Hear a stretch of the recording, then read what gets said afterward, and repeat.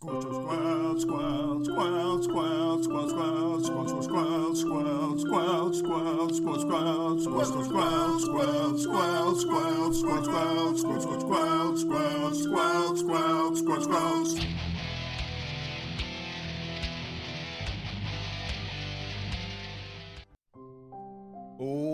back to Squelch, the video game book club. I'm Dano. I'm at-arms. And I'm struggling. My name is Storm Rage, and we're here to remind you that Clair Obscur Expedition 33 is a game, and games supposed to be fun. Supposed to be a nice, chill time where you get to hang out and explore cool stories that might make you cry. This week, you were supposed to play the game and have fun. That ended up being play the game, have fun.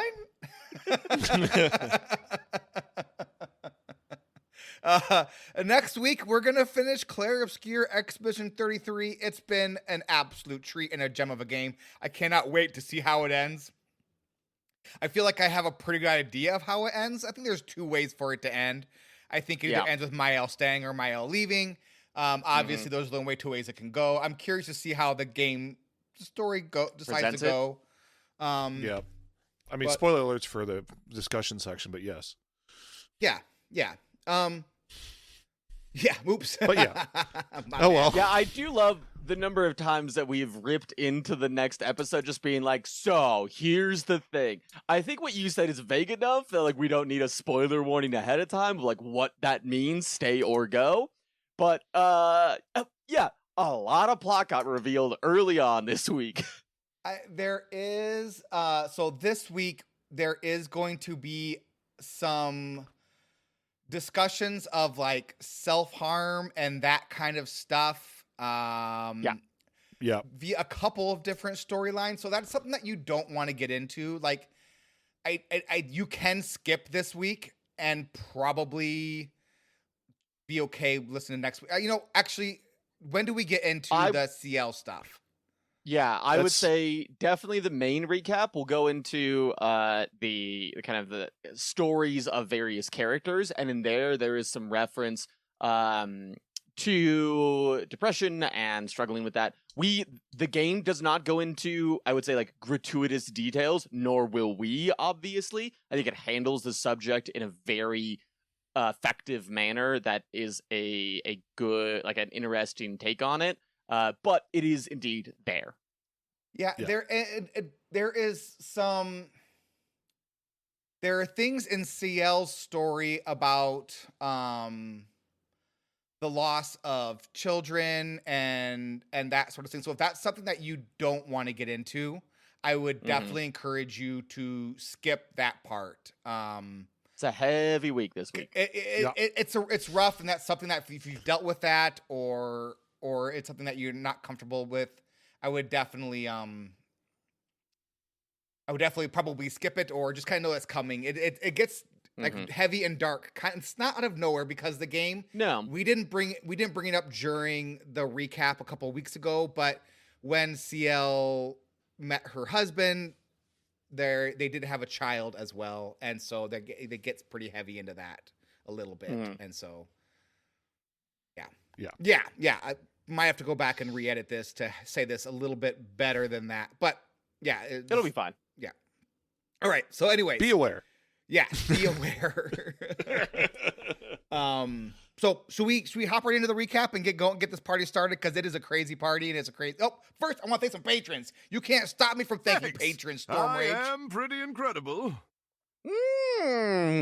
Thank. Hey patrons and Twitch subs, I appreciate you, even if Storm Rage doesn't. Thank you so much for all that you do for us, and all of our listeners out there. If you're a listener or a patron or a Twitch sub, you're awesome, and I appreciate you, even if Storm Rage doesn't.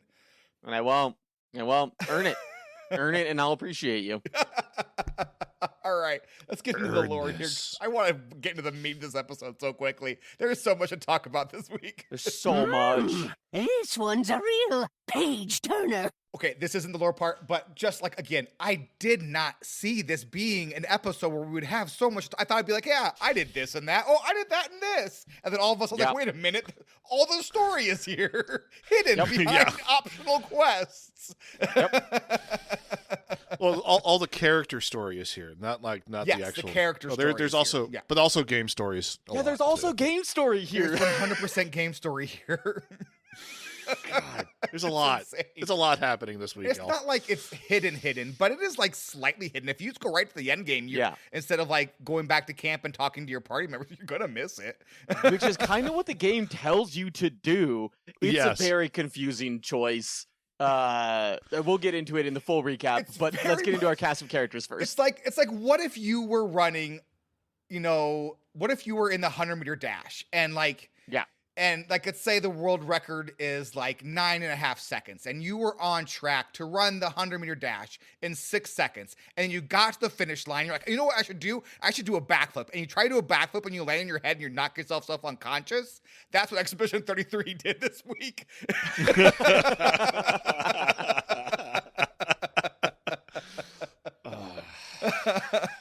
All right, get us going here with Gustav.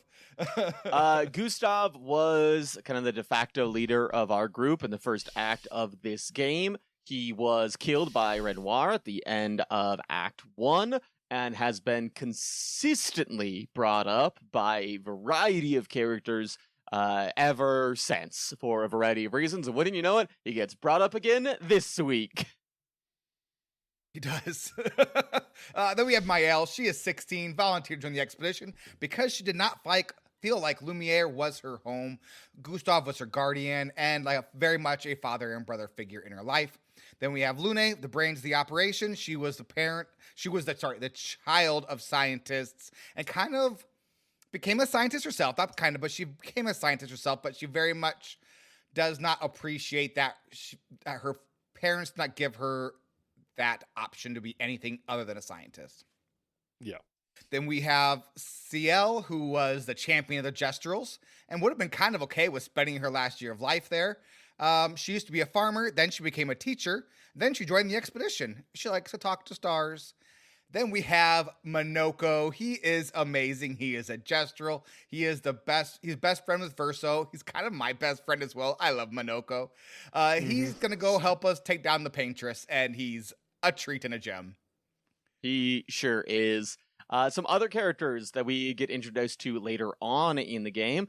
We have Renoir. He is Verso's father, and he is presented as one of the main villains or antagonists in the first half of the game. And in the last episode, we finally defeated him by turning him into rose petals. We have Verso, who's not as good as Gustav.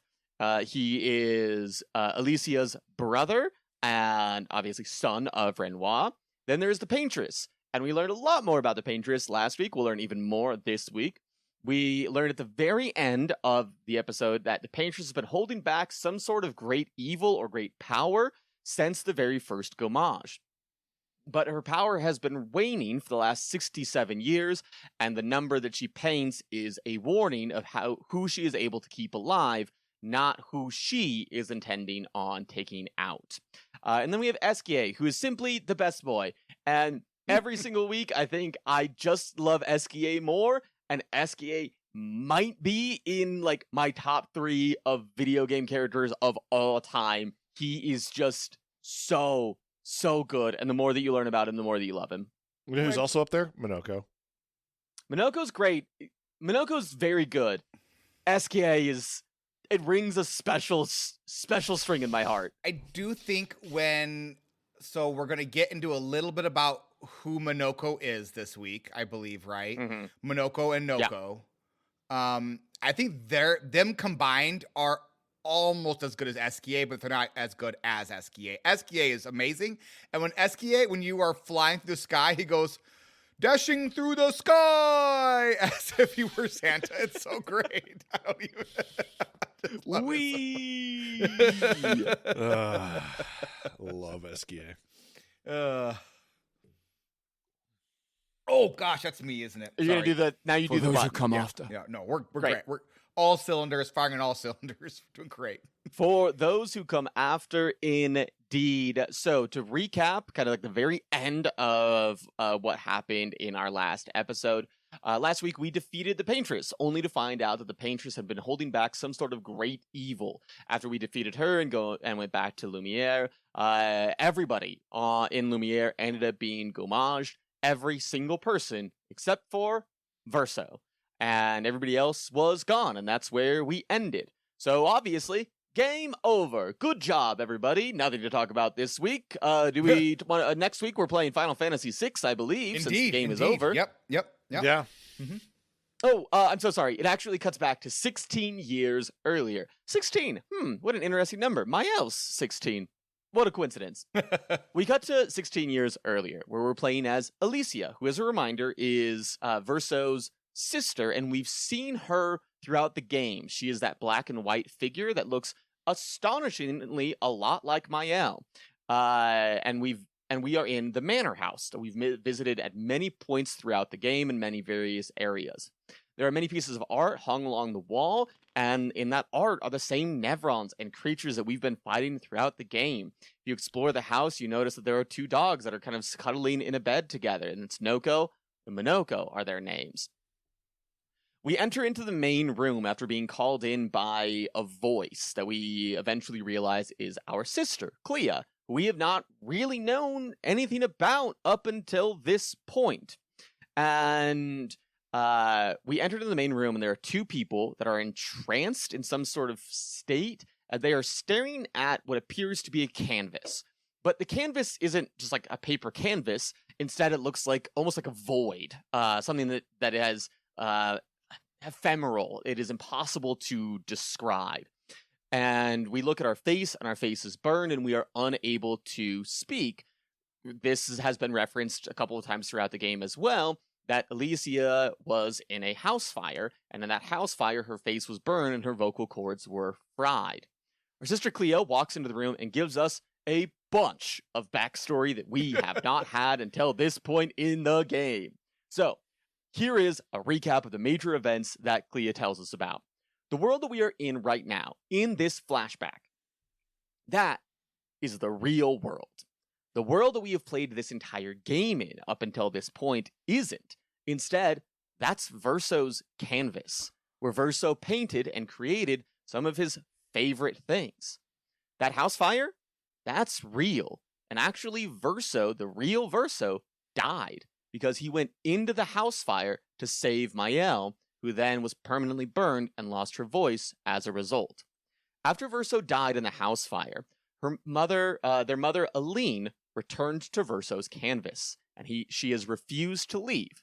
Hence, she is the Paintress. Aline has been consumed by her grief and simply refuses to leave the canvas. Their father, Renoir, went into the canvas so he could try to pull her out, and they have been at war with one another while inside the canvas. Aline and/or the Paintress put up a barrier to prevent Renoir from reaching her. She also created painted versions of her family. Painted versions of Renoir, Verso, and Alicia. These are the versions that we have interacted with throughout the game. That is why Renoir has been trying to prevent expeditions from getting through the barrier to the Paintress to try to prevent them from successfully defeating the Paintress. Verso, this is a painted version of Verso. And Alicia, the one that we've seen in the black and white, kind of monochromatic, that is also a painted version of the real Alicia. So the real Renoir, who we still haven't met, I use in heavy air quotes because we're about to find out who that is in just a little bit, hasn't been able to reach Aline, but he has been trying to assist the expedition so that the barrier could be breached. Alicia has been tasked by her sister Clea to try to help her father by pulling her mother out of the canvas. And they need to do this, they need to pull her mother out so that all of the family can unite in order to defeat the Riders. And we don't know much about the Riders. The only things we know about the Riders is that they are at war with the Painters, and the Riders caused the house fire that eventually killed Verso and left Mael permanently scarred. What do? What are their powers? We have no idea. But I do love that it's the painters versus the writers. An incredible bit of world building, and I'm very, very excited to explore more about it. So can Yes, I real Dan. quick, painters and writers. So there have been questions about how Storm Rage ended up on Squelch and what happened to Enthralamund. Well, in case anyone is curious, Enthralamund is a painter, and Storm Rage is in fact a writer. So you can put two and two together if you want, but yeah, I think it's possible to guess that the writers have hijacked the Squelch podcast and kicked the painter off. So yeah, Matt. I just like to admit I'm a painted version of Man at Arms. I'm not the real man. I think it is interesting because Torby kind of notes this, that because these are all painted versions, Aline could create any version of them that she would want, and she creates a version of Alicia that is permanently scarred still. That's terrifying. And she also creates Verso that has all of Verso's memories, assumingly also the memory of him dying. That's terrifying.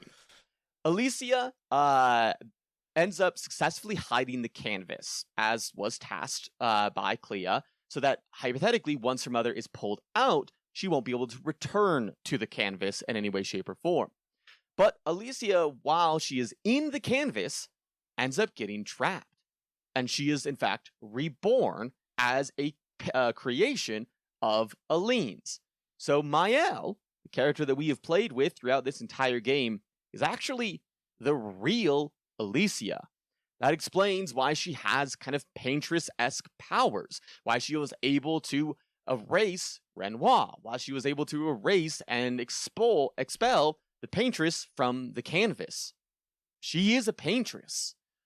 And she is, in fact, the only real person, minus one other, that is currently in the canvas. Every other person, every other creature, either are creations of Versos in his original canvas, or creations of their mother, Aline. A lot of backstory. I think we can pause here for discussion. Thoughts? How did people feel about this? I thought it was really messed up. Yeah. Like, so a couple things first, right? Like to do that to your daughter, and so I was gonna bring up on my portion here, but I might as well bring it up here. So there is a bit of lore that is mentioned about how the fire was somehow Mael's fault. That she was either tricked by the writers or was consorting with some writers, and somehow within that, maybe the location or manner was given. I don't remember exactly what it was, if they said exactly what it was, but I don't think they've specified. But somehow some sort of trust was broken. Yeah, somehow there was something to do. She had some sort of like relationship with some writers, and through that, the fire happened, and the death of Verso, and then her being burned, and then her mother essentially, apparently, seeming to blame her for Verso's death, and it was just like, holy moly. And then I think something else that's truly crazy is like to create Verso as he is, with the knowledge of who he and what he is, and then for her own selfish reasons, right? And like, funny enough, like there is some AI company that's trying to do that with Facebook and that kind of social media, like training like models on dead relatives so that you can have conversations with them via an AI app. And it's just truly horrific to think about, and the inability to move on with, your life. It's crazy to think about, honestly. It's true. Again, the writing of this game is so amazing. I mean, at this point, like, I'm like, wow, what a story you've told. And like, and what's so cool is that it explains why everything is so fantastical, right? Like, how are we underwater, but not underwater, but yet underwater? Because it's imagination. We're basically existing within pure painted imagination, and it's wonderful. It's wonderful. Yeah, and just like the sheer amount of grief that is everywhere in this game, Yeah. that it just like you now find the reason for that grief. Yep. What, like the fact that basically, like I think what's her name? The older sister says like Clea? Cleo says like their grief just broke the world or something. There's some Yeah. like because like Aline's grief and then Renoir's grief of losing Aline into the canvas and also Mhm. losing his son, and then now Alicia feels responsible for the Alicia, Matt. Alicia is feeling responsible for Verso's death, so that Yeah. grief is on there. Plus the mother just hates her Matt, Verso. because of this. Verso, Matt. Verso. Verso, right? Verso, Yeah. Matt. Say it with me, Verso. I mean, I'm gonna call Minoko Monaco here. Anyway, so whatever. Like I said, painted version. I'm not. Oh yeah. That makes sense. Yeah. He's not the writer. I'm not a writer. I'm painting. But no, it's just like the sheer amount of grief that everyone has, and then it's just like it just permeates this canvas and this world, and it's insane. It is crazy how much grief. Yeah, there is. it's such a beautiful moment of wow, there really isn't a great option because either Aline is trapped in here and essentially abandons her family forever, but if she's here, the people of Lumiere exist. And who's to say that those lives don't matter as much as any other life? Like, yes, it is hypothetically within this canvas, but they have thoughts, they have feelings, they have sentience, they have experiences, they have grief, they have joy, they have pain. And like, where does the line end of like what matters most? I think it's genuinely really interesting, like a philosophical question to be had. And I think the game kind of presents it in a way where you can draw your own conclusions, and it doesn't paint one or the other as a negative light. It's not like, you need to get out of the canvas and none of these things ever matter. Or, you need to stay in the canvas because these people's lives are the only thing that matters. And I'm guessing that's where the end game's going to come in, where you have to make that choice, which I'm not super excited about, but that feels like where it's going to lead. Yeah. Yep, that's where it's going. Yeah. Shall we continue on? Please. Let's do it. So we cut back. Act 3, Maëlle. We return to Lumiere, now empty. Except we are Maëlle. Our hair has been turned white, and the only person left in the town is Verso, who's sitting on a bench. He addresses us as Alicia, to which we reply, actually, I prefer Maëlle. Maëlle now has all of her memories returned to her at this point. And Verso, well, the Verso that we know, was given all of Verso's memories. So, in a weird way, it is a sibling reunion, but in a much weirder way, it definitely isn't. After we defeated the Paintress, Renoir cleared out a lot of the canvas, or at the very least, as much as he could, by clearing out all of the humans that lived on Lumiere. Maëlle is confident that the real Verso, though, wouldn't want his canvas erased, because Verso loved his creations, he loved his gestrels, he loved Esquier, and he loved the things that he created, and to destroy that all would be a blight on his memory. We head to the very center of the town to meet with Renoir, but we killed Renoir, right? Well, turns out we meet the Curator, who transforms into the real Renoir, the no longer painted version, but the actual version that lives and breathes. Renoir consoles and apologizes to Verso for the pain that has been caused to him, and offers to erase him in exchange for the amount of pain. And Maëlle is astounded and argues that with Aline out of the canvas shouldn't be destroyed.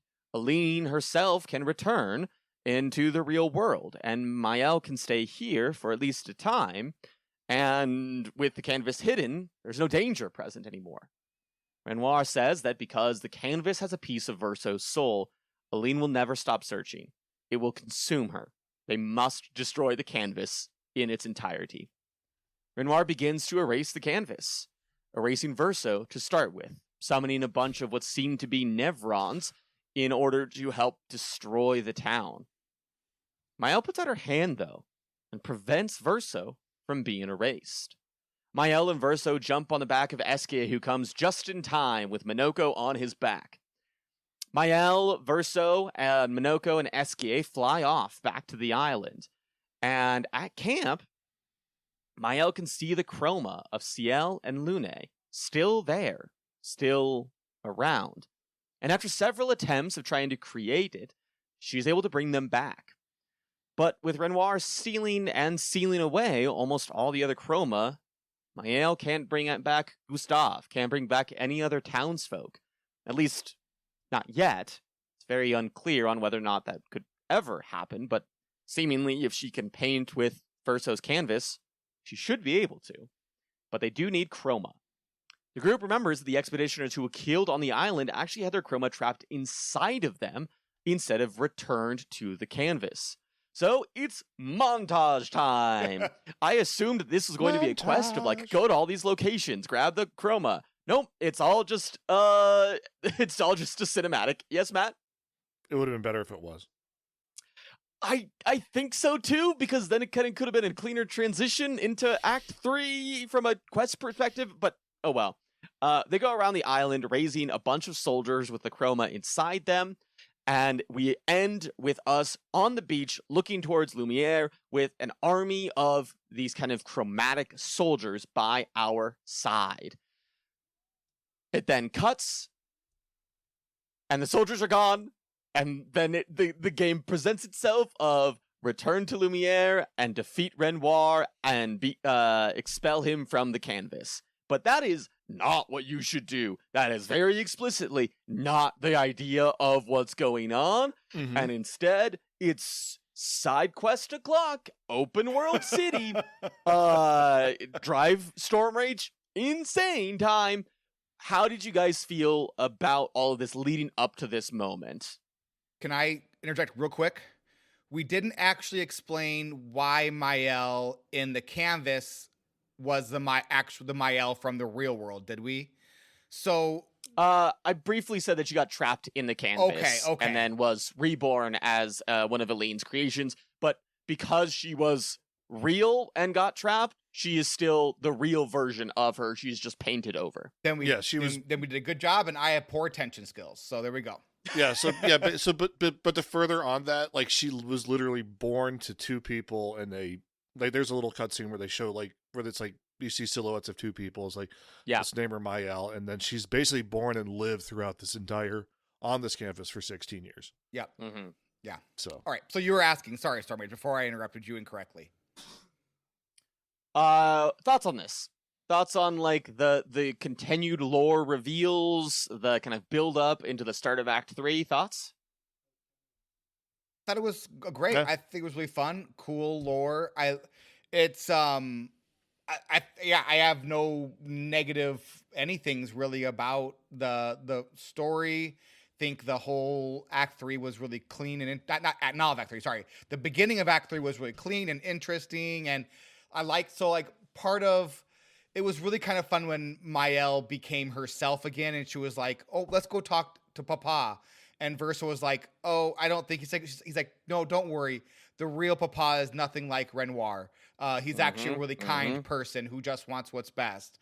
And so it was actually really interesting. So she kind of went from being like this hesitant. It's really fun because like the Mael and the Alicia kind of like. They kind of combine to become an adult almost. Like the Alicia that we meet out in the real world is very unsure of herself and blames herself for everything.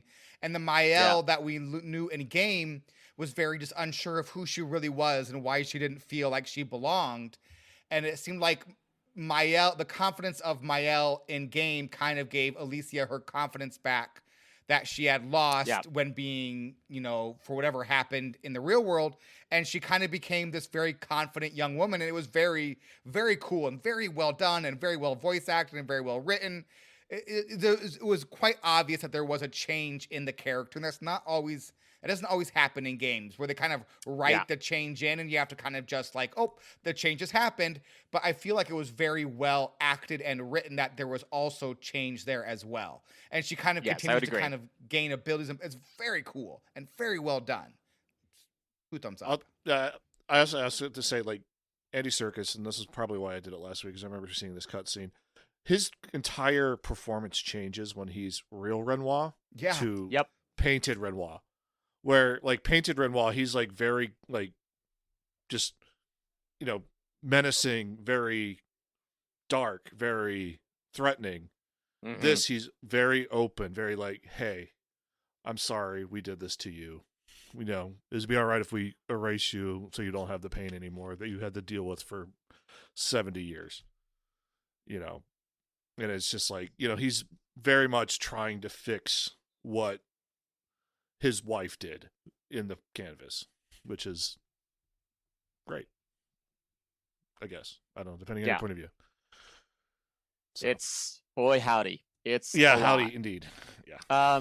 Next up, there are a lot of sections that are not necessarily quests, but some of them are, that involve kind of developing, deepening relationships with some of the characters. So we're going to talk about kind of like the end cap for a lot of those, kind of character by character, and how we learn a little bit more about them.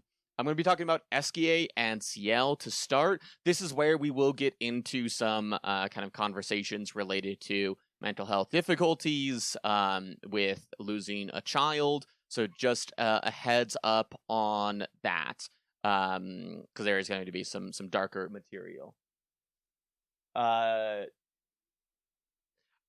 So we're going to start with Esquier. Esquier, we find out, was created by Verso, the real Verso, to help everyone with their sadness. That was his whole intent and purpose, is so that if somebody was sad, Esquier could come to the rescue and save them. That is why Esquier continually has beautiful moments and just wants to wee, even when sometimes he feels like woo. And his quest is, he wants to get a rock from Francois, his mortal enemy and also best friend. And this rock will let us swim underwater, where we can get access to a number of more things. And Esquier goes, you know what? I know that Francois has a rock, and I can make a rock to make it look like Francois. So, how about we'll offer him a trade, a rock that looks like Francois for my special rock that lets me dive underwater. And you go, you fight Francois. It's a very delightful little scene, although this fight is crazy annoying if you die, because it resets you back to camp. So you have to go through about 1.5 minutes of clicking through dialogue. It is not a terribly difficult fight, but if you're underleveled, like I was, which will be a consistent theme throughout my frustrations throughout this entire section, and he just one-shots you every time, well, one-shotting is pretty bad here. So I had to do this. It took me about 12 minutes or so, and the fight only took about 60 seconds, because I kept getting one-shot, resetting back to camp, walking all the way through the dialogue, missing the dodge once, and then resetting back again. That's awful. It was a bummer. I didn't even know that he could hit you. I don't think we were that far off on levels, but maybe it was just enough. Because I didn't even realize, maybe I just one-shot him or something, and I had the rush on, so he never even attacked me, so I didn't have to worry about it. So, fun fact, because this is a Verso required quest, I was level 43. Oh, you never used Verso? Yep. Oh, whoopsie poopsie. Yep. Yeah. So my characters were, my Spice Girl squad was 49 and 50. Verso and Minoko were 42 going into Act 3, which was enough that I could clear the Paintress without any difficulties. So I was like, oh, I must be fine. And turns out basically everything in Act 3 requires that you be mid-50s in order to like really engage in it. And it is amazing the difference between level 49 and level 53. It is genuinely astonishing how easy those 4 levels are. It's crazy. But you eventually get through the fight, and Francois gives up his rock, but demands that Esquier leave the rock that they made to look like Francois, which is adorable, and I love it a lot. And Verso comes back and asks Esquier, hey, is it weird? I know that you don't talk about the real Verso when I'm around. Why? And Esquier goes, well, because it makes you sad. And I don't want to talk about sad things. I don't want to make you sad. Verso goes, well, do you... I know you're really good friends with Verso. Do you get sad when you see me? And Esquier says, well, you're Verso, and he is Verso. You're cousins. And I like both Versos. Both are friends. And it was such a beautiful moment where Verso is like, oh, even if I am this painted version of someone else, I can still receive love from people that knew the original. And I loved it so much. It's so cool. It's so good. I love SK so much. Yes, Matt. If SK can fight in his heart to love Verso, can you love Verso? No, SK is better than I am. So I think there's a really cool thing when you kind of like start thinking about how both Mael and Esquier interact with Verso. So like the paintress painted her family to be her family, right? But they also were intelligent beings who lived lives, and so became very different people. Like over the course of 67 years, like change happens. And so it's really interesting to kind of see how both Esquier and Mael like talk to Verso about other Verso as if, you know, they're very different people, and they are very different people, even though the intention was basically of, I'm going to create this imagined doppelgangers of this life that I lost. And how like that's just, things don't stay static, right? Things change, people change. So it's really cool. And it's just very slightly done. And lets you kind of really kind of try to think about it, which I honestly only do because we're doing the show. I wouldn't have thought that much about it if I was just playing the game. You really do think about how like the characters interact and how they were written again. Really cool. It's really cool. There are all these little things that were like, they were very thoughtful in how the characters interacted and how the characters, you know, kind of became who and what they are. And I thought the way that Esquier talks about the painted versions as cousins versus them being the actual people that they are, I thought was very cool and very clever. Yeah, I agree. Next up, CL. CL and Verso's relationship is a complicated one, where CL really just, most of the time when they talk, CL reveals more about her husband and how much she loved her husband. We find out in these last few chapters that her husband died 4 years before his gamage would have occurred, died in an accident.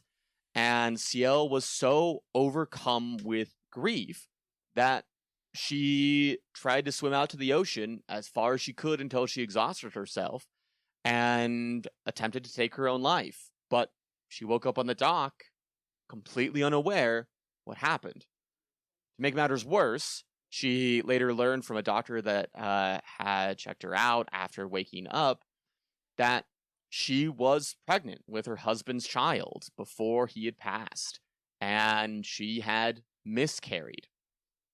And she talks to Verso about she's terrified that if Mael is able to bring her husband back, the thing that she wants most in this world, how will she tell her husband that she lost their child?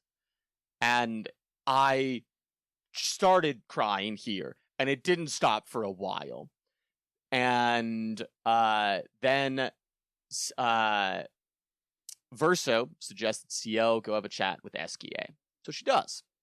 And Ciel asks Esquier how Esquier knew that Ciel didn't like water. That very first scene, so very long ago, back in Act 1, the first time that you meet Esquier, and he says, "Oh, you're not a fan of water, are you?" Esquier responds, "Well, that's the second time we met. CL goes, what? No, I'm talking about the first time we met when you said that I didn't like water. And SK says, well, the first time happened first. The second time happened after that. And the second time is when I said that. And it goes back and forth in SKA, like, not being mean about it, but just, like, trying to explain as nicely as he could that actually, no, that was the second time we met. Until it is eventually realized by CL that SKA is the one that saved her. And she asks, how? And SKA says that he could hear her cries from across the island. And he was painted and created by Verso to make it so that he could help anybody who is that sad. And CL just pauses for a moment, takes it all in, thanks SKA, and I just kept crying because it was such a beautiful moment where SKA and CL share this like genuine real moment and kind of like the importance of being there for someone in their darkest times, how incredible it was for the real Verso to create this thing that whose only job was to provide happiness and wonder in a story that is certainly about neither of those things. And I just loved this relationship. I loved the development. I love how it was presented. It was one of my favorite moments in the game that we've had so far. Very good story. And It was SKA is a very neat character. And I do love the idea of SKA that he could hear her crying in the water was just very, very touching. It was a neat story. Yeah. It was very sad. All right. So we're moving on to Lune and her side quest. So at camp, Luna asks first, so if he's traveled with the 46ers. He says no, and wonders why. Well, Lune's parents were in the Expedition 46, but he does know where the trail leads to. Verso tells her that they are on Serene's island, but don't expect too much. She initially says they can't afford detours and wants to go back to the main story, but we're not doing that. Verso changes their mind. If Verso says if she changes their mind, they can be found in Serene's dress, which is the entire island is like in the Colosseum is shaped like a dress floating on the island. It's actually pretty sweet. So we go there. It's a small zone. We come to a black door that needs to be opened to get in. We can try blasting it with fire or dancing, but what really opens it is music. It's just like a JRPG because like you just open the door with music. We play Lune's guitar and the music opens the door. Luna gets emotional playing the music, and then the last note rings out. The door opens. As soon as we open, there's two bodies. There's two bodies just sitting in front there, and Luna recognizes them as Emil and Kristoff. They used to come over for dinner, and she eventually composes herself, and we continue forward. We get to the center area and get a big boss fight. It's kind of like a big rattlesnake with glowy eyes. It's called a chromatic glissando. We dispatch it, and 3 ghost things pop out, and when it dies, and they are like, they're called dark ballets, and you just have to shoot them to get rid of them. And we met path clear. We go to the Journal of Expedition 46. Storm Rage. Did we dispatch it for our subscribers? Did we dispatch it for our subscribers? Did we? Yeah.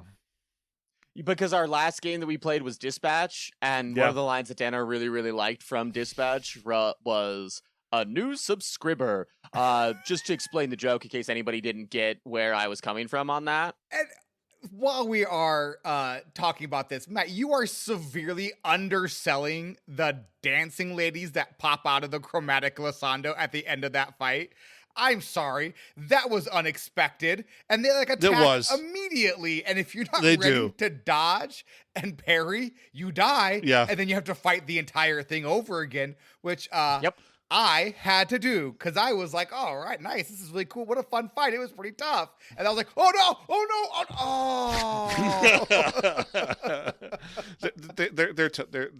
they're tough, and like you can only shoot them. I don't think any like physical attacks actually work on them. They're flyers, so like most flyers, they'll dodge most things, but they will occasionally get hit. Yeah. All right, so we make our way to the end of the island, end of the little island, and then there's an expedition. There's a journal for Expedition 46. And Dan, can you hit the button for me? I already have. If you, all right. Expedition 46. Annalie. Bridget finally succumbed to her infection. She had fought off that blasted Neveron for 4 days and 4 nights, saving the rest of us. But it gashed her badly. Toward the end, she seemed almost peaceful. She said not to worry. Her daughter Lune will finish their work. Yeah. Yeah, so we make our way back to camp, and Lune and Verse are staring at the empty monolith that used to have the number 33 on it.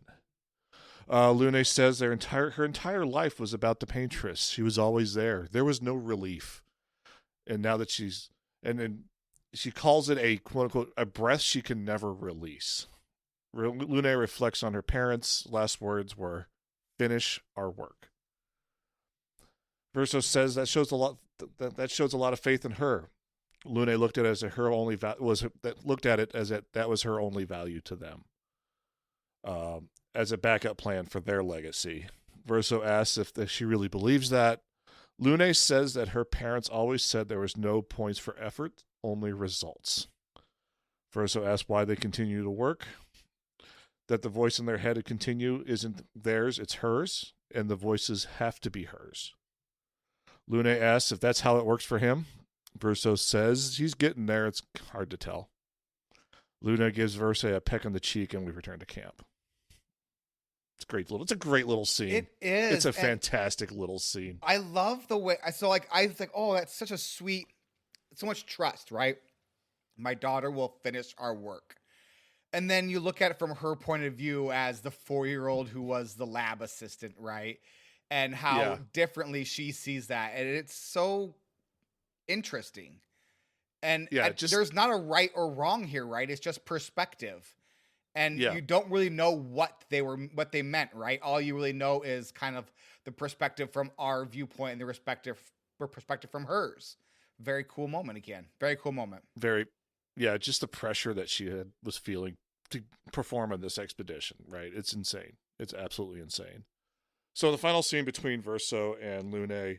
Verso approaches Lune as she's writing in her journal. He asks what she's writing. He makes some very good scientific-sounding guesses, because that's what Lune does. She laughs him off and says to keep guessing. He suggests trading journals so they can share each other's darkest secrets. Lune jokes that, isn't your journal just like funny pictures of Esquier? And it probably is the truth. She relents and says she's writing a song. She says her parents said that was frivolous, but the voices we listen to have to be our own, she says. And she wants to be a bit selfish since her problems will be there tomorrow. Verso fully supports selfish breaks. Lune cracks that he's been taking a lot of selfish breaks with CL lately. Lune says she's glad that CL's found happiness, or at least some fun, but it would have been nice. Go ahead, Storm if Mage. you haven't locked in your romance with CL, Lune will ask if you would like to compose music together for a few hours. I love it. Oh, really? So you can go I wondered about that actually. If you turned down the CL relationship, but the Lune relationship would materialize. I think what I liked about this scene with Lune was very much that she was very unrequited. That Verso knew that she had feelings for him, but that he didn't reciprocate. And so it was this kind of this soft moment where, the quiet parts were left, the loud parts were left quiet because they didn't need to be said. Yeah.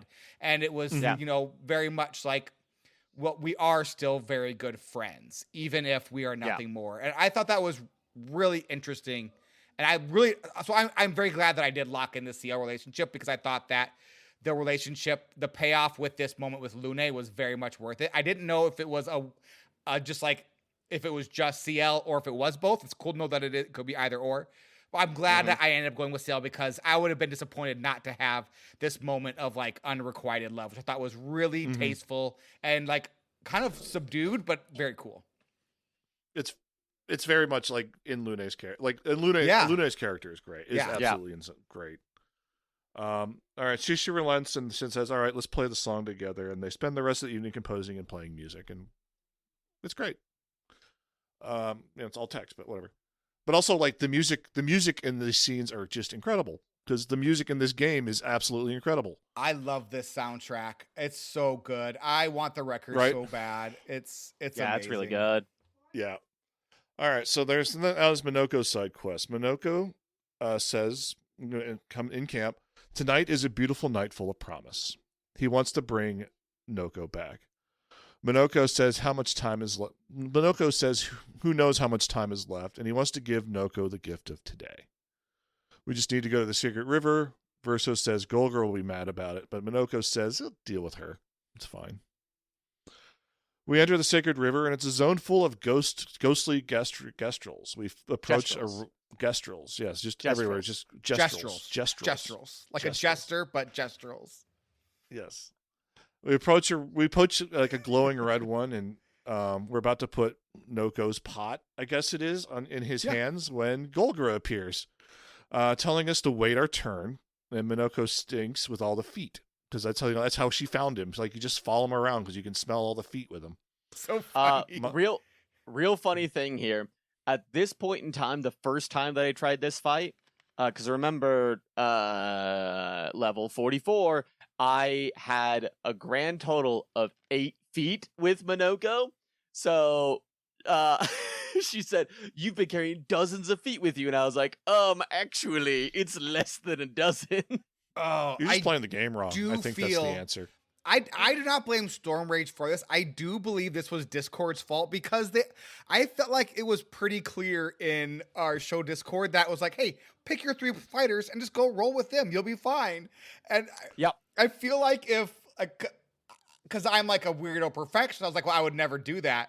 But like, I could see myself having done that, and I'm so now that I look back on it. There's a solo Minoko fight. There is a solo, so you could like these fights were super easy for me because I have multiple. Like I have so many feet. Like I have so many feet. I don't even know what to do with them. I think you have all the feet. Do I?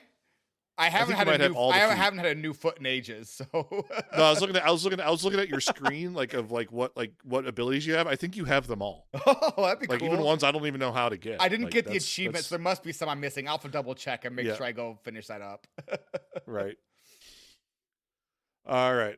So then Minoko stinks with all the feet. Minoko says that they should bring all the gestrels back. Now, Golgar says that would be too many kids and it would just be too noisy. It would just be too loud. Just a ton of children everywhere. How awful would that be? And then Minoko's like, yeah, good point. But he's also done waiting and he demands trial by combat.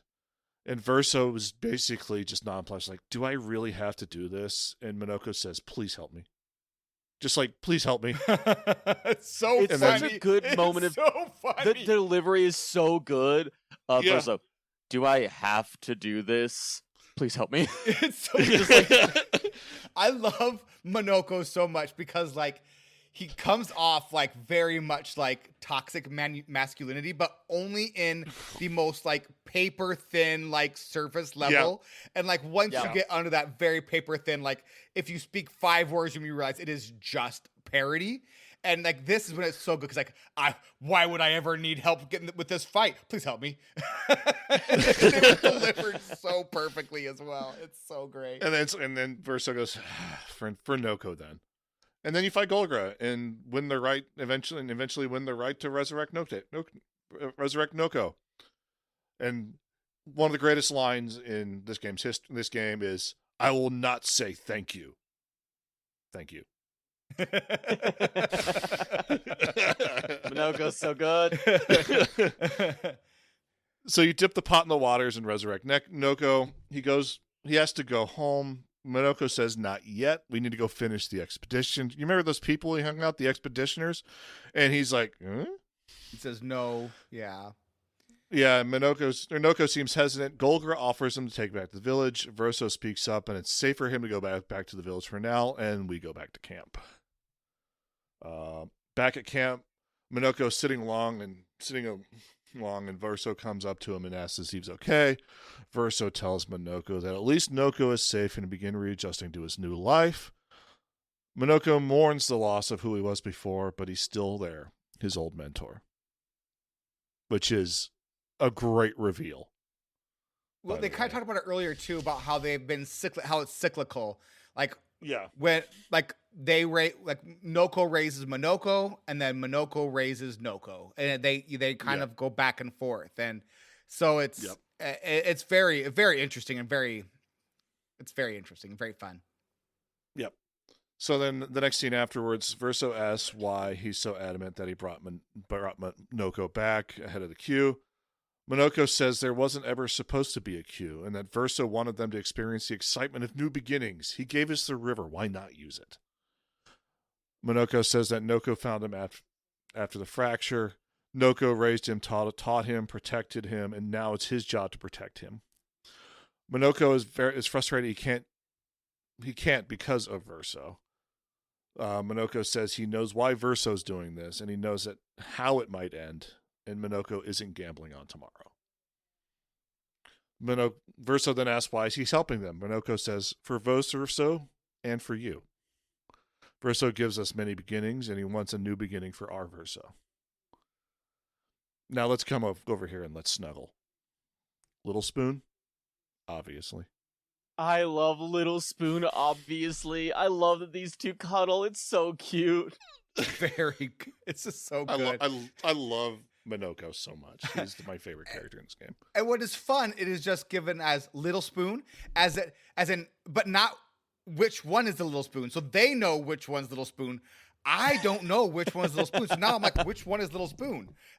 Verso's Little Spoon for sure. I think Verso's like, hey, I'm calling Little sure? Spoon. Yeah. I don't Verso's know. 100% calling I think Little again, Spoon. you're making an assumption. Have you been Little Spoon? Here's... Little Spoon's the best. Here's the thing. They start off Verso Little Spoon, but they swap. It's 50%. It's just who starts at Little Spoon. I think that's fair. Like any good relationship. Mm-hmm. All right, now it's my turn. And don't worry, we're definitely going to finish in an hour. No, we're not. No, we're not. Oh, I could truly figure this would be a short episode. I'm just so surprised. All right, I'm going to talk about the Reacher. So Mael wants to go talk to her self-paint self, Alicia. So we head to a giant tower called the Reacher and start climbing. Now, it's not fair to just call this a giant tower without explaining it, so I want to explain what is some of the most incredible level design ever leveled and or designed. I absolutely love this entire area. So I want you to imagine a giant tower, like a giant tower made out of very haphazard wooden scaffolding. All like over Tower of Babel type of tower. Yes. Yeah, we're talking like that large of a tower. And continuing to get higher and higher into the sky. Continue to be built on. And just like very much like, I want you to imagine like 1960s, like, you know, kids in the backyards building their own treehouse, that level of like buildmanship. That's what it looks like. All over the place are giant tools, each the size of an adult. Mael says she knows this tower was built for her because it is just like her father. To create a tower she has to climb, because this is how he would try to help her get over her vertigo. Now, this vertigo thing is brand new. Like, we've done a whole lot of climbing up until now, and she's never ever mentioned her vertigo before. And it felt kind of like way out of place, because like now all she could talk about is her vertigo. And I'm like, what vertigo? Like, we've done some pretty crazy climbing. And no vertigo. To be fair, we haven't climbed around nearly as much with full memories, Mael. Oh. So maybe she just... My genuine understanding was that she remembered that she had vertigo. Nice. Okay. So, you know what? I stand corrected. So you're saying Alicia has... Alicia, yes. Alicia has vertigo. Mael doesn't. Yeah. But And okay. by their powers combined, they have vertigo again. Yes, it's just like a dominant gene, right? Like Oh, okay. Yep. Okay. No, thank you. Okay. Because I was like, what in the world is this vertigo nonsense? Like, we climbed a giant gestural, like, parkour tower that was, like, much more terrifying than this thing. But, okay, cool. Love that. Okay. Thank you. So, the beginning of this tower is full of a Nevron called Orphalin. They're the only Nevron we're going to talk about. There's a couple of the Nevrons in this tower, but the most interesting kind are the Orphalin. They are a giant Nevron with the body of a 10-year-old boy dressed in old-timey work clothes, but with a head made out of some sort of work material. Some of them are coiled rope, other are bales of hay, and some are frying pans. They also wield tools like hammers or pliers as weapons. The lore of the Reacher is that the Orphalins are trying to tear the tower down while the third axon at the top wants to keep building higher and higher.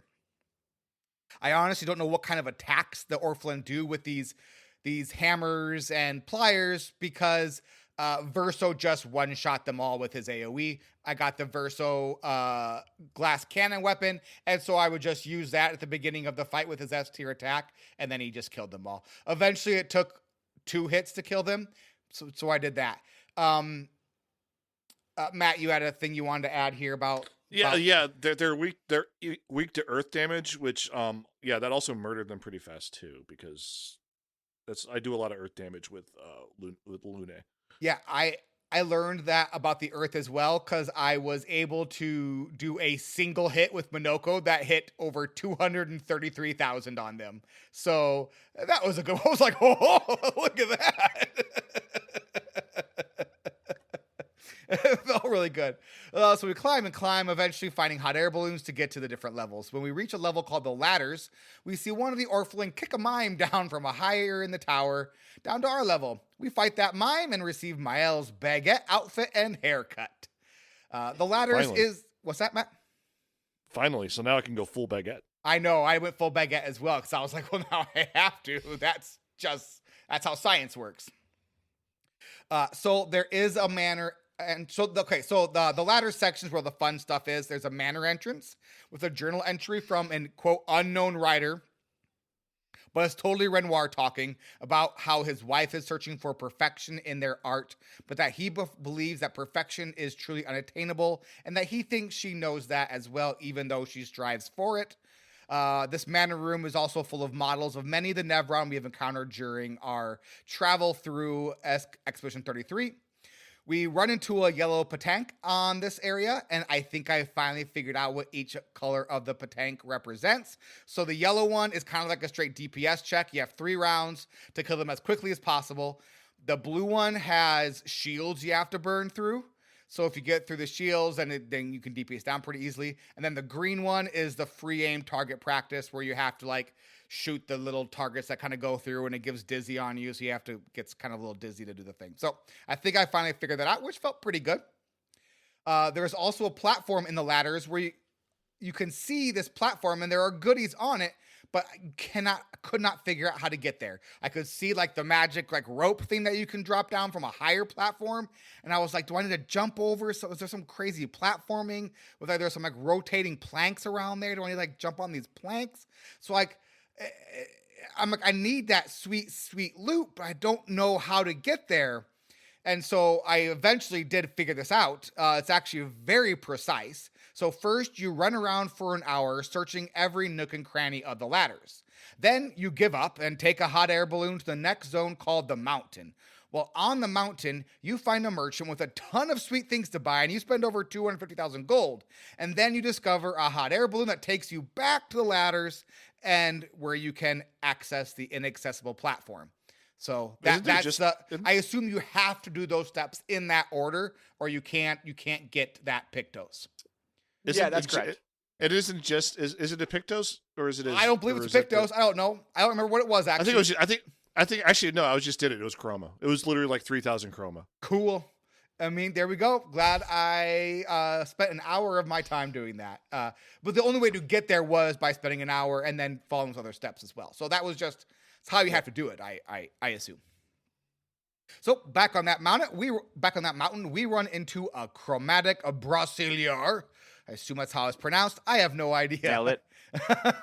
It's basically a humanoid Neveron that looks like it is on fire. It is actually, in fact, on fire. But if you're like me and don't pay attention to your surroundings and bring your 80% fire spec Mael with you, you'll feel dumb. But not as dumb as when you fail the fight and then run it right back without changing anything. Run it back, baby! Restart fight? Yep, shoot.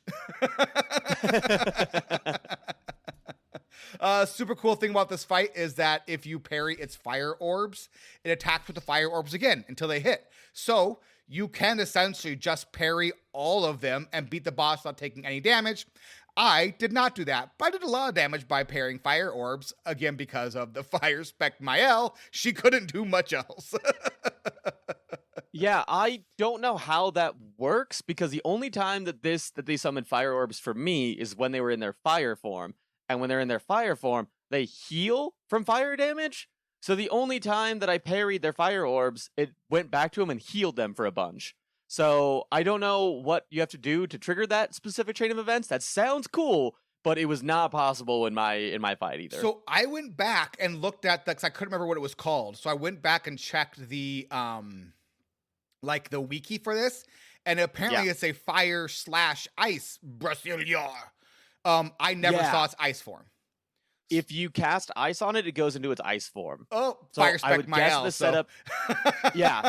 So if you cast ice while it has fire orbs up, maybe, and then you can do that, but it always changes after every time it takes damage. So I don't know. Maybe there's a timing window or something that I'm not understanding about it. Yeah. So I had Verso, Monoko, and Mael up. Mael was fire spec. Verso was just do all the damage as quickly as possible before he dies for him. And then Monoko, mostly physical and some earth. And some dark and some light.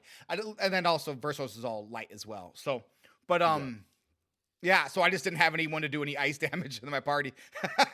So I just thought he was just a fire guy. I'm good at this game. We all are. So now we're at the top, and it's time to visit Alicia. We find her painting on the summit of the mountain, looking into what seems to be a giant entrance to a straw hut. This appears to be a lowercase painting and not a fancy magic painting, because Alicia herself is not a capital P painter. Verso returns the letter Alicia wrote to Mael, but she drops it and ignores him. She then turns the world monochromatic and freezes everyone but Mael. She then motions for Mael to follow her. Mael looks at Alicia and says to her in a questioning but knowing question that their mother blames them for the fire and for Verso's death. Mael tells Alicia that she doesn't deserve that. They go into the hut, and inside is the Axon. Alicia invites Mael to a duel, and they fight one-on-one. Fire is Alicia's weakness, and that feels almost cruel, to be honest, because fire is kind of the whole thing. It makes sense, and I was like, oh, I wonder if fire is her weakness. Fire was indeed her weakness, which is also interesting because fire is Mael's strength. So again, you have that duality of persona between Mael and Alicia of their strengths and who they are. So it's actually cruel, but also interesting as well. After the fight, Mael restarts time, and Alicia asks Mael to return her to her family, which Mael does, turning Alicia into rose petals. Back in camp, Verso... Oh, actually, back up one quick. How did you guys like this fight? Matt, have you fought this fight yet? No, I just got to the cutscene, and that's as far as I got here. So It's super cool. It's pretty short. But I like that, like, the whole time every other time that we fought an Axon, we fight the Axon. And this time it's clear that, like, we don't need to. This Axon's not hurting anybody. This Axon's goal is literally to build this tower as high as possible. That's the only thing they care about. And so the Axon's there during this whole fight. And then we put away our weapon and we walk away from it. And I kind of loved it. The fight itself is really cool. Alicia has a lot of attacks, and the only time I kept thinking, how do they have this many attacks? And then I realized, Mael has quite a few attacks. This must be what my enemies feel like. This sucks. So I liked it a lot as a fire spec. It feels a little easy, a little unfair, but I'm not going to complain because I had a lot of fights that were very, very difficult up until this point. Yeah, I was also fire spec at this point. I was like, boy, howdy. Just stack 52 stacks of burn on her and off we go. Oh, we get back here. So back in camp, Verso and Mael have a heart-to-heart while looking at the monolith. Verso is angry that Mael didn't give him a chance to say goodbye or talk Alicia out of her decision. Mael tells him that her decision was made and that it wasn't his right to talk Alicia out of it. She then asks Verso how long he has known about her, and he admits since she was born. He has been keeping an eye on her and keeping her safe. He has been following her since they entered the continent, and he's the one who dragged her to safety after Renoir's attack. Mael asks Verso if he could have saved Gustav, and here we get to make a choice. If he lies and says he could lie and say that he couldn't get there in time, or he could tell the truth that he allowed him to die.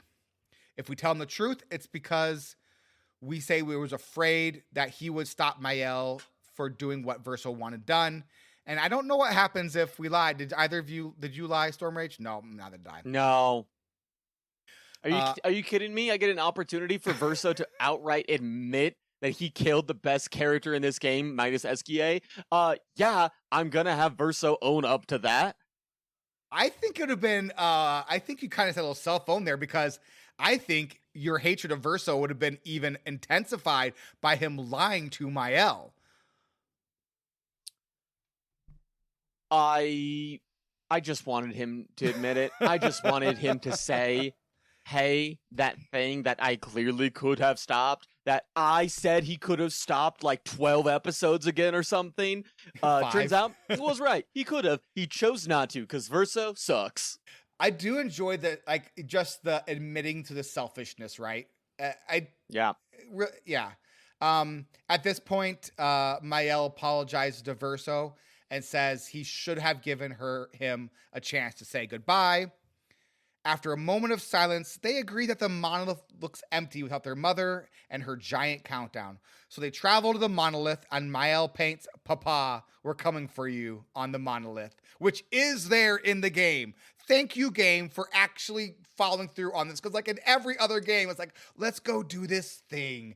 And then like nothing changes. So like it actually says "Papa" and then French words, which I love so much. Yeah, Matt. So if you lie to Mael, the relationship doesn't increase and you don't get the third. You don't get the Gomage attack? No. Whoa. You don't. That's great. That's crazy. Whoa. I'm glad I didn't lie. I didn't even always contemplate tell it, to the be truth. honest. I didn't even think about it. But that's nuts. Oof, I don't know how I feel about that actually. All right, so then there is the Endless Tower. So this is part of Act 3, and there's multiple parts to the Endless Tower. Many of them are just kind of like single, very difficult boss fights that I all went to and then got one shot in them.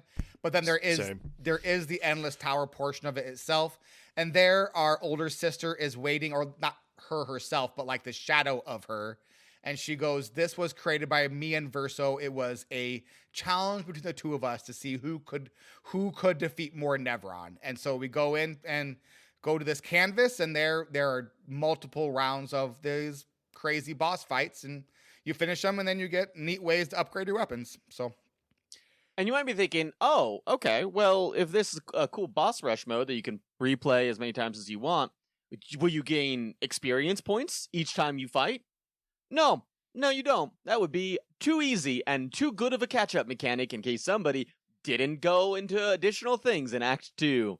Oh boy, was that a frustrating moment to be able to replay fights for literally no benefit. yeah, it would have been a good catch-up mechanic too. Yep. Yeah. I'm sure they were worried about being exploited or something, but like, you also just can't leave players hanging out to dry either. Yeah. Hello, old friend. Let's meet for tea after the match, shall we?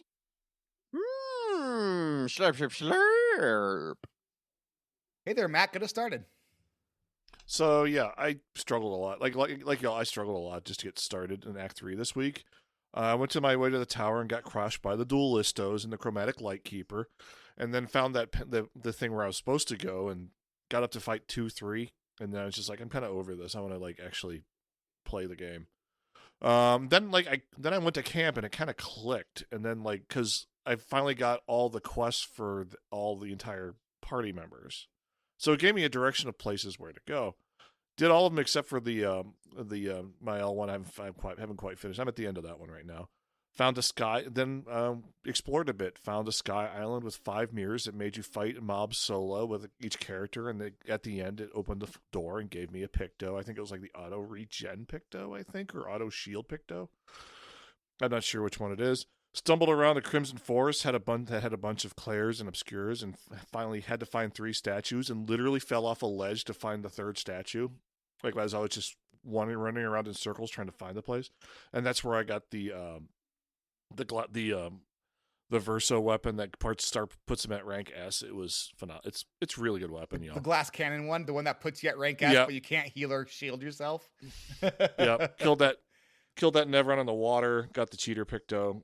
Found the Sky Casino and found the Tux from Minoko. It was great. I love. That's what I did. Storm Rage. This might have been my least favorite week of gaming since Dragon Age Inquisition, because when you, having just wrapped up Act 2 and easily defeating the last boss, cruising through, I felt pretty okay about the state of my characters, and I was like, I know I didn't grind a lot, I didn't explore a ton in Act 2, but I killed enough things at that final monolith that I should be fine. Turns out, no. Just, I didn't. And there was literally nothing that was good for my level. It drove me crazy. I spent 3 hours Googling, running around, looking for anything that would give me any form of experience. Because you might be thinking to yourself, oh, we'll do old content. You can't. Any old content from Act 2 is cleared out. You can fight a chromatic or 2, but you can't go like back into the monolith and kill everything. If you can, I tried 3 different locations that I thought would have things. None of them did. So you can't gain XP by grinding out old stuff. You can run into old kind of like world NPCs that give you like 20,000 experience, which doesn't do anything when I need like 1,000,000 experience to level. So that option I tried for a little bit, and then I just realized it's not getting me anywhere. And it just took me about 3 hours until I eventually I stumbled across the Crimson Forest, which was a little high for me, but was doable. But literally every story quest was in danger. Every quest that opened up was danger. Every optional boss was danger. There was literally nothing I could do that was my level, and I hated it. Dano. Did you stumble upon the Crimson Forest, or did your bestest friend tell you to go to the Crimson Forest because it's full of Clairs and that you could easily dodge and parry your way through because you were already good at that and get your levels up? Or is that maybe that is correct? It is genuinely entirely thanks to Dano that I ended up finishing this week. Otherwise, I think that I probably would have just gone, actually, I hate this game now, and stopped playing entirely. Like there was a point where I thought about not finishing this game because I hated this opening so much. Yeah. Because the thing that I loved about this game up until this point was that every place felt intentional, every location felt intentional and flowed into the story. If there was side content, you could do it, but you weren't required to, which is how I like my side content to be. And then all of a sudden it was like, well, do whatever, but you can't do that, you can't do that, you can't do that, you can't do that, you can't do that. You can't do that, you can't do that, but don't do that. And it was like, okay, well, I don't know what to do then. And I was just so unbelievably frustrated because every time someone told me go to this place, I couldn't. So I had people be like, go to the Endless Tower, you can grind some things out there. I got through 2 fights before it simply was not feasible. It would have taken me hours upon hours to beat the next boss and do it perfectly. I'm not going to do that. Then there was like, go to the Frozen Heart, can't do that. Go do side quests, couldn't do that. And it just drove me crazy. The Nevron in the water that gives you the cheater Pictos, which allows your characters to fight twice. I was like, look, if I do this, then every other fight becomes achievable. So I'm going to put in the extra time that I need to beat this. So I did. Took me about 45 minutes to an hour, somewhere around there, before I eventually got it down, maybe a little bit longer, because I played for a while today, and everything blurred.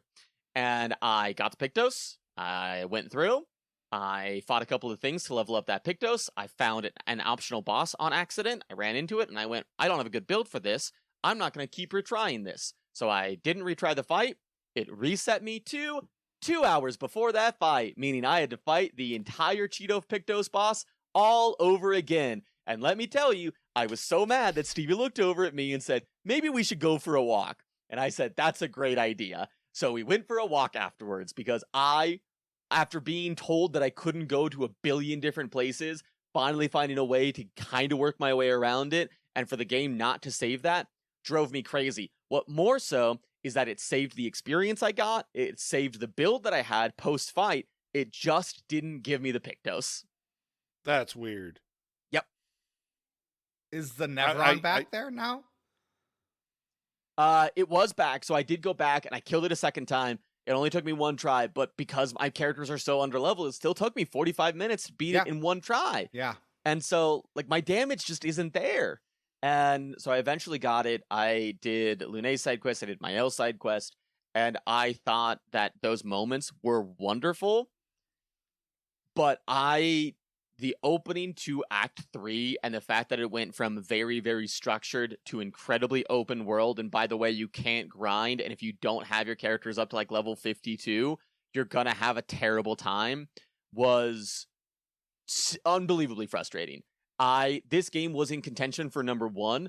Unless the ending fully sticks it, I think it's going to be below Dispatch now, because I hated this section that much. I'm wondering if going straight to like Lumiere would have like been what you need to do just to get like leveled up, and then like back out and then do. I think that ends the game though, and then you go into New Game Plus. Oh, okay. I don't know. Yeah, I think the game just ends and then you New Game Plus it. I think it's like that's my assumption. This is the last mission. Get everything done before you do this mission. Yeah, I don't think it's like a Dragon Age situation where you end the game and then you get to keep on playing the game. I think it like my assumption, and maybe I'm wrong about this, but my assumption has been the game ends and then you go to New Game Plus. Because I know it was a big New Game Plus. That has also been my assumption. Yep. All right. Yeah. Dano, how about yourself?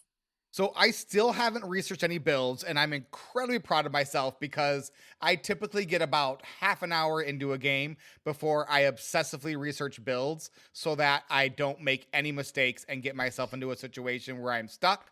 So I have not researched any builds, and I've been super proud of myself. I know what I'm doing isn't like anything close to meta, I am sure, or or anything like that, but things are going well, and I know what to do, and it works well, and a couple of my characters hit like absolute like semi-trucks, and then some of them like Lune is not going great.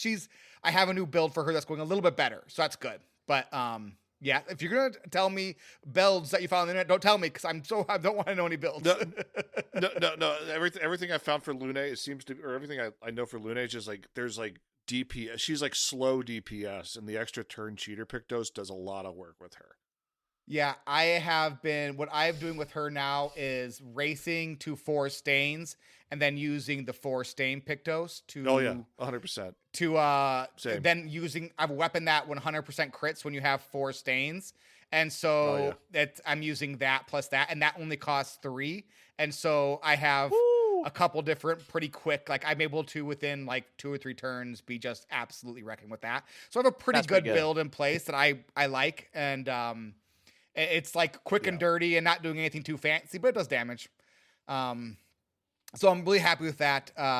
So I got to fight 4-1 in the Endless Tower, did not try 4-1. I got there, and honestly, just finishing 3-3 was incredibly difficult, and I was like, ain't no chance I'm going to be able to get through phase 4. So I quit there. But yeah, I ended up going right to the Endless Tower because I had like clocked that earlier in the game, and I was like, what is that? I want to find out what that is. So that was the first thing I did. And like I got through 1-1 and 1-2 without too much difficulty. And then 1-3 was so hard. It honestly, it's such a spike. It's crazy. It honestly, and I'm not exaggerating, it took me an hour to get through same here. that fight. And then I basically just like brute forced my way through that fight. And then with those 3 things, I was able to get enough like level 20 weapons. And then with like, and it was able to kind of like make enough level 20 weapons with the builds that I was doing, where I was able then to get myself through 2-1, 2-2, 2-3, and then the rest of those. And then by that point, I had pretty good levels on my characters and was able to kind of use that to then snowball into the rest of Act 3.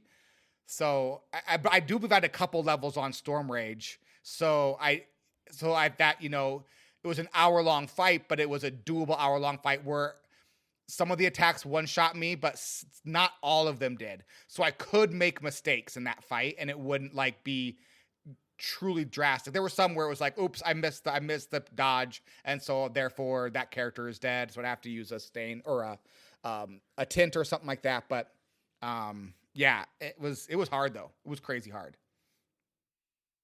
I also fought the Nevron in water, but Matt said it wasn't that hard. And so I ended up being super locked in to make sure I finish it in one try because it was very much not that easy. And I was like, I don't want to suck because Matt said this is easy. And then Matt put in his notes, oh, I got done it 2 times. I was like, oh, but I wouldn't have. I think a significant factor is that Matt might still be on story mode difficulty. I might be still on story mode. I even checked. And like the timing windows in story mode are very generous. I'm just telling you right now. So I was like, wow, Matt, this was actually a pretty hard fight. I think. I mean, it was insanely like, difficult, but yeah. But the moves are very telegraphed. Unlike some of the fights where like it just doesn't feel like anything's eye shooty one. I had a hard time with. That one's really tough. Yeah, I had trouble with that one too. Yeah. Crisbin Fortress was super duper fun. The chromatic gold Chevalier. There we go. Chevalier might have been one of the most fun fights in the game. It was great. Super hard, but like once you got like the frost sword ability, like I was literally counting it out like a metronome. 1, 2, 3, 4, 5, 6, 7. Yeah. That 7th one does the most damage, and it's the one that killed me so many times. So I would go 1, 2, 3, 4, 5, 6, 7, dead. No, that's exactly. That's why I had to start counting it out too. I had to just like sacrifice a character to figure out exactly what 1, 2, 3, 4, 5, 6, 7 was, because it kept on getting me. And like the fire one was like more hits and could do more damage, but it was a little bit more. It flowed a little bit better and telegraphed a little bit more. But the frost one, that last one, the number of times so tough. It was brutal because it would one shot you, just one shot it, and that was it. You're like, oh gosh, and it was a party one shot too. It was brutal. Yep. Went to the Isle of Eyes, and it was indeed an island of eyes. There was a Patank on that one. It was the shooty one. Once you found and shot all the eyes, there was a chromatic shield guide to defeat. It was kind of a nice little island, not a whole lot there. Pretty fun. I completed the first of 3 fights in the Dark Gestural Arena. This was super hard. These fights are crazy hard. The second is boss flanked by 2 other, so it's 3 Gestrals, the boss Gestral, and then 2 other regular Gestrals. I'm able to clear the 2 regular Gestrals out and then get the boss to 50%, but when it hits 50%, it changes its attack patterns, and it gets 2 turns back to back, and the attack patterns are crazy, and I couldn't get any of them. I could not get any of it down, and it took me so long to get there. I couldn't like actually figure out like the patterns of those fights, because it was like honestly like 20 minutes or something to get down to 50% after clearing out the other Gestrals, so I couldn't practice it. And so I had CL's tier 3 attack, which was you do all the damage you have done with spent Foretell for the entire fight in one hit. And I'm like, you know what? If I use this at just the right time, I might be able to take it down from 50% to 0. And so I was trying to like gauge it perfectly right before it went into its next mode. And so I was like, okay, here we go. I'm like, I think this is the time. So I used her tier 3 and got it down to like it's 1%. And then No. it did its turn and it did the 2 attacks. And I was like, I'm done. And that was the last thing I've done this week.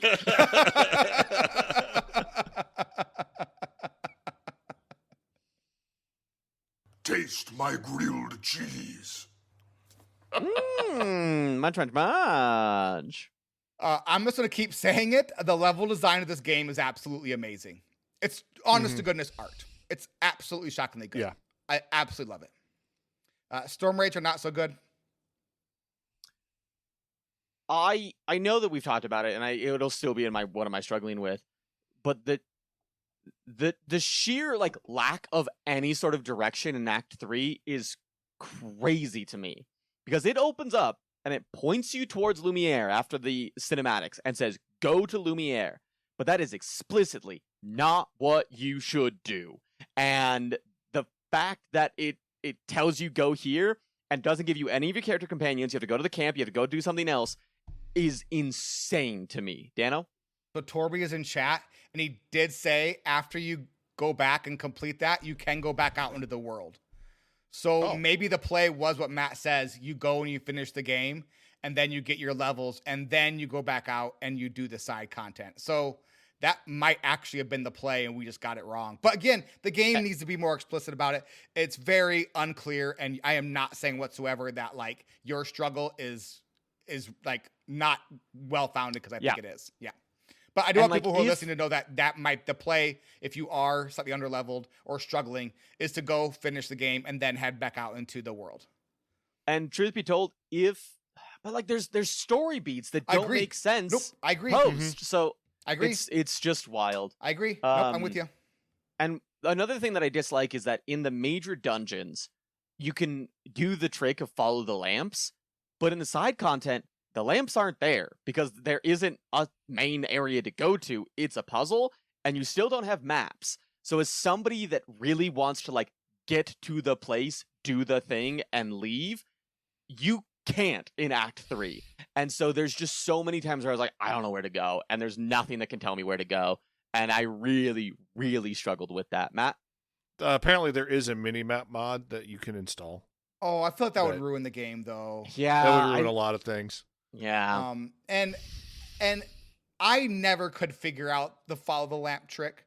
I don't know how you guys are so smart. I never saw those ding dang lamps, but like once or twice. I mean, like in the area I'm just in in the tower, where like if I follow the lamps up on the tower, that's where everything is. And also I've noticed like maneuvering in the world, like if you just go left most of the time, that's where you're not supposed to go, and that's where all the stuff is. If you go right, everything goes to the right. Everything goes to the right, it feels like. I don't know. I think that is the general rule of thumb for a lot of it. That sounds kind of right. I'm trying to think back a couple of times. Like, and going to the left is kind of the way to go to the side content. You might be right. Yeah. Yeah. It's just ways to feel the game. Like you go to the left and you find all the side stuff, and then you go to the right. That's where it feels. That's the way the game feels to me. So I got the best good. The best good is just the companion stories, and these side quests and the companion stories are just incredible. Like once again, we play a game that the side content, the companion quests, is probably some of the best content in the game. Yeah. Like just getting to you get to know these characters, and then you get the final relationships, the relationship value, and it is very explicit of like, yeah, you have maxed out this character. This is level 5. This is level 6. There's no like guessing. There's no like, does this person like you based on the dialogue they give when you greet you? Thank you. They gamified it, unlike with Dragon Age Inquisition, where it was like, are they saying X, Y, or Z? Because if they say Z, then that means they like you. But if they say Y, that means they might like you, or they might really like you. What are we doing, Dragon Age? Yeah. Right. Yeah, but it's just great content. The companion conquest is like, you must do these companion quests. They're so good. I think all the story in this game is just hits on everything. 100%. Companion stories, main story. Yeah. Good shout. He asks each traveler 5 questions. 3 questions. 3 questions. 3, that's a magic number. I will ask myself 3 questions. Hey there, Matt. What are you liking so far? I'm really liking figuring out that not allowing the enemies to act in combat is really the best way to handle combat in this game. Sometimes just like taking 2 to 3 turns in a row by a single character is just good. Yeah, it's like it's very AP hungry, but sometimes the basic attacks are just good enough to get through there. It's really good. Just do 1 turn cycle and everything's dead. There are so many basic attack Pictos that I have to imagine like a lot of like the best builds involved like basic attacks and free aim and that kind of stuff. Oh, my Verso build before I got the new weapon was just do free aim shots with Verso and then do basic attacks and then do free aim shots again. I believe it. Like it was just a free aim and like it get up to S and then you're just doing all the damage and then you have like all you have in your little options is like break attacks for under 3 AP. That's great. That's clever. Storm Rage, what are you liking so far? I just loved how they presented the story this week, and it felt, I think one of the most difficult things to do when you have a twist in your story is to make it so that the first half of the story doesn't feel like, oh, so I was kind of lied to the whole time, right? And that's certainly not what this is. They tell you into your face several times what the story is about. This is about a family's grief, and we're sorry that it has impacted everyone in every way that it has, but it is about grieving. And that still holds true post the twist. And I think that the answers are just so beautifully interwoven. The story is delivered in an incredible way. I absolutely loved it. Dano, what do you like it so far? There are some super duper fun fights in this week. Like some of them were really hard, some of them, but I thought they were all really fun though. I thought they were really clever and they were really interesting and they were frustrating, but frustrating in a good way that made you want to like, you know, keep banging your head against the keyboard until you got it right. And not really anger inducing. Even like I said, the last fight when I was like, I had just like this sliver of health left. I had the idea. I pulled it off, and it was just like, it was almost right. Even that was like, dang. It wasn't like it was like anger inducing. So I really did like the fights a lot this week. Matt, what are you struggling with? Struggled with figuring out where to go that didn't lead to endgame. You know, like going into like, you know, and it's not really well explained. It's like all of a sudden, here's an open world, go explore. And you tend to stumble into stuff and feeling you tend to stumble around and feel really dumb when you just get completely murdered right away. Instead of like showing us a cutscene of gathering chroma around the canvas, we should have just revisited those areas with the party and Renoir's bad guys coming after us to fight us, so we can fight some new. Or things. led to the story quests instead, right? Instead of Yeah. having like Yeah. a weird army of chroma zombies or something. Or like present the story quests in a way where it's like, hey, now that like we're all back and we have unlimited time because the paintress is gone. Why don't we like take care of some of the stuff like have outstanding issues, like finding Lune's parents, like taking care of Noko, like doing everything else we need to do. You know, like doing like you just have that presented in that initial cutscene or in that initial, instead of like having to go to camp and then have like separately and then doing it, finding it. You know what I mean? That's what I struggled with. Storm Rage, how about you? Yeah, it's insane to say because last week I think I talked about how this game was in my like running for all-time great games, and it is difficult to imagine that still being the case after this week, because I think that the start of Act 3 was some of the most frustrating, ridiculous, absurd gameplay that I have ever experienced in modern games. It felt very much like I was playing like an old Final Fantasy where I went in too deep, and well, at least in those games, I can go back and grind. I couldn't even do that. So not only was I given no direction, which I hate, it was forced into an open world, which I hate, I couldn't grind, and I was out-leveled. it hit every single thing that I hate about games all in one like 4-hour period, and it simply drove me crazy. And now I don't think that this game is going to be in my top 5 for like games of all time. Oh wow. It'll still probably be in top 5 of Squelch, but like I really had a hard time this week. And the fact that every time I went for questions of like, well, where should I go? And people that had played the game would be like, go here. I would go there. It's red. Go here. I'd go there. It was red. Go here. I'd go there. It was red. And like, even the fact that people who had played and beaten this game could not tell me what to do because they had not experienced this form of the game, which is to say, not experiencing or grinding a lot in the first 2 acts, were stumped. That sucked. That simply sucked. Dano, what are you struggling with? Yeah, so like, I'm the one who really likes open world games, and so I feel like I should like stump for Act 3 and really defend it. But that's just like human nature being dumb and like digging my heels in.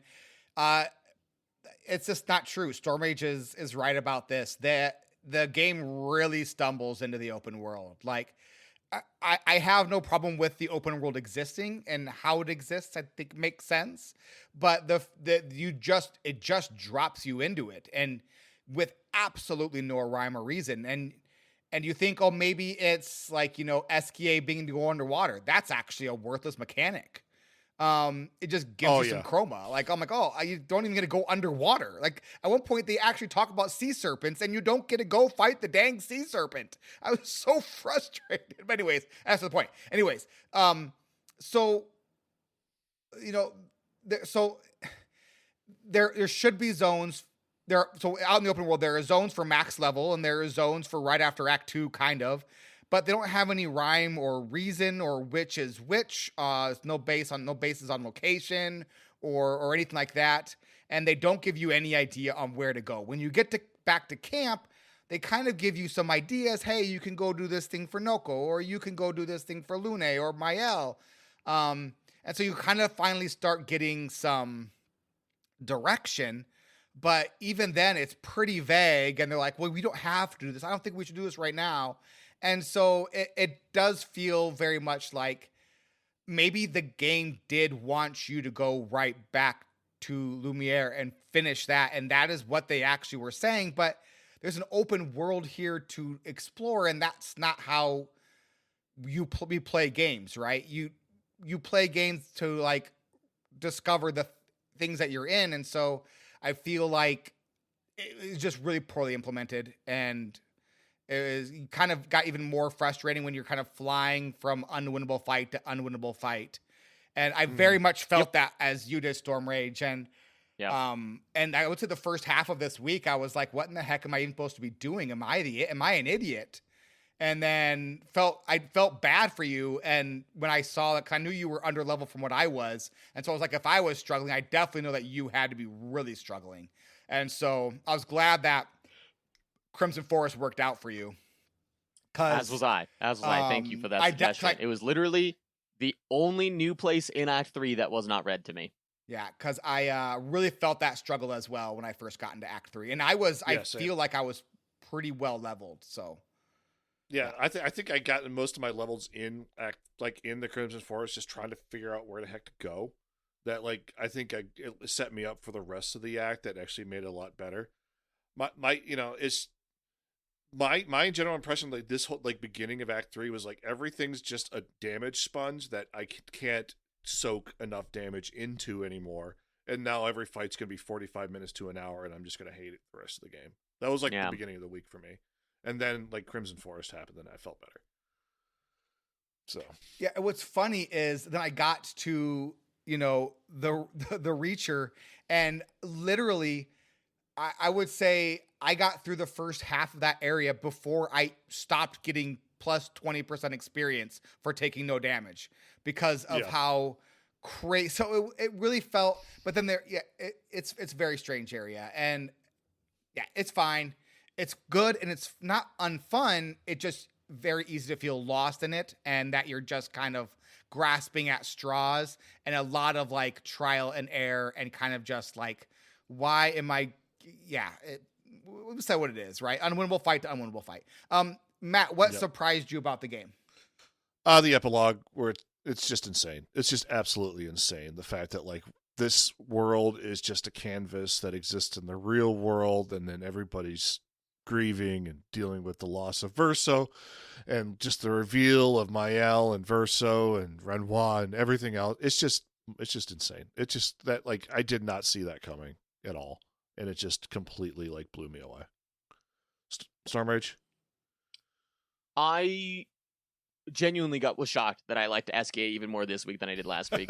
Last week I told you that SK is my favorite character, and he got better, and that's incredible. I love SKA so much, and he is such a fun character that I did not expect to see in this game. Dano, what surprised you? Some of the best story in this game is hidden behind optional quests at the end of the game. It was really good. I was like, whoa, look at that. That was fantastic. You want to buy some death sticks? You don't want to sell me death sticks. I don't want to sell you death sticks. You want to go home and rethink your life. I want to go home and rethink my life. Storm Rage, sell the game to a friend.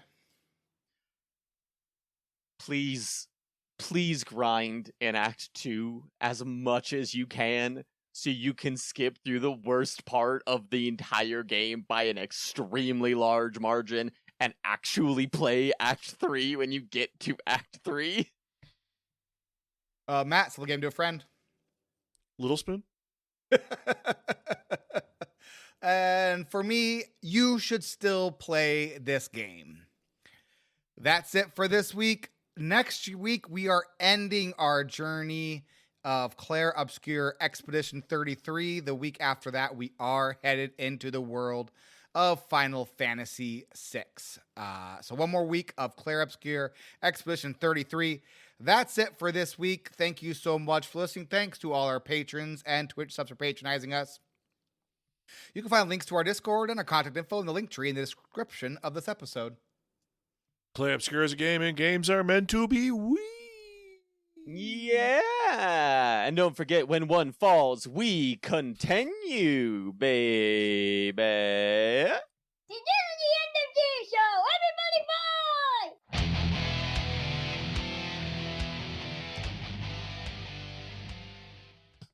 Yeah, that'll be a quick episode, 2 hours later. I honestly didn't expect it. I did not either. I do believe the whiplash of going from Clair Obscur Expedition 33 to Final Fantasy VI is going to be abrupt. Yeah. So we're gonna go to some of like the most clever and fun modern combat, to random encounters and pure turn-based JRPG. Yeah. And from some of the best voice acting in video game history to read everything. Hey, I'm just curious if how Stormers is going to enjoy doing Sabin combos. Oh, I think he'll enjoy Sabin them. Okay. So Sabin. So what's fun, Storm Rage, about the Final Fantasy VI characters? I'll be curious to see. There's a giant cast of characters in Final Fantasy VI, and they all have different special abilities. So, Edgar has his tools. So he has a chainsaw and a drill and a giant sound weapon. A crossbow, the auto crossbow, which is good throughout the entire game. Yeah. And then Sabin he is a pugilist, a martial artist. And so he has these different fighting attacks, and they're basically fighting combat, fighting game things. So you have to do left, right, left to do pummel, or left, side, down, left, down to do the aura blast, or yeah, it's like a Hadouken in Street Fighter. You do the down forward punch to do the Hadouken. And then you do that with Sabin. It's great. So Cyan, his ability is he has 1 through 8. So 1, 2, 3, 4, 5, 6, 7, 8 attacks. And each one takes longer. So you have to wait 1 second for 1, 2 seconds for 2, 3 seconds for 3, and so on until you get to 8. And each of them are a different ability and a different attack. Terra can turn into something. She has a different ability. I don't want to give too much away there. Realm can paint. Stragos is a blue mage. Let's see. Who else do we have? Locke's a thief. Locke is a thief. Celes can absorb magic. Gaw can absorb. He can any enemy he fights. He can then do the abilities. Mog has different dances. He's Minoko. There is friends. Yeah. As much as I would love to hear more about the characters from Final Fantasy VI, that I'm sure that I will find out in but 2 weeks' time, we've been podcasting for 2 hours. I only had 2 more to say, and then I was gonna like okay. Then Setzer, he has a gambling ability. Then there is a character that will do the same ability as the last character, and then there is a Yeti that is always enraged. I think that's all of them. I think I got all of them. Great. That was just pure Did flex. you get and Shadow? I'm 100%. Did you say Shadow? Did you get Shadow? Oh, I forgot Shadow. Ah. Shadow's a ninja and has a dog. Yeah. He can throw stuff. All right, that's it for this week. Thank you all so much for listening, and we'll talk at you again next week. Bye-bye. Bye-bye.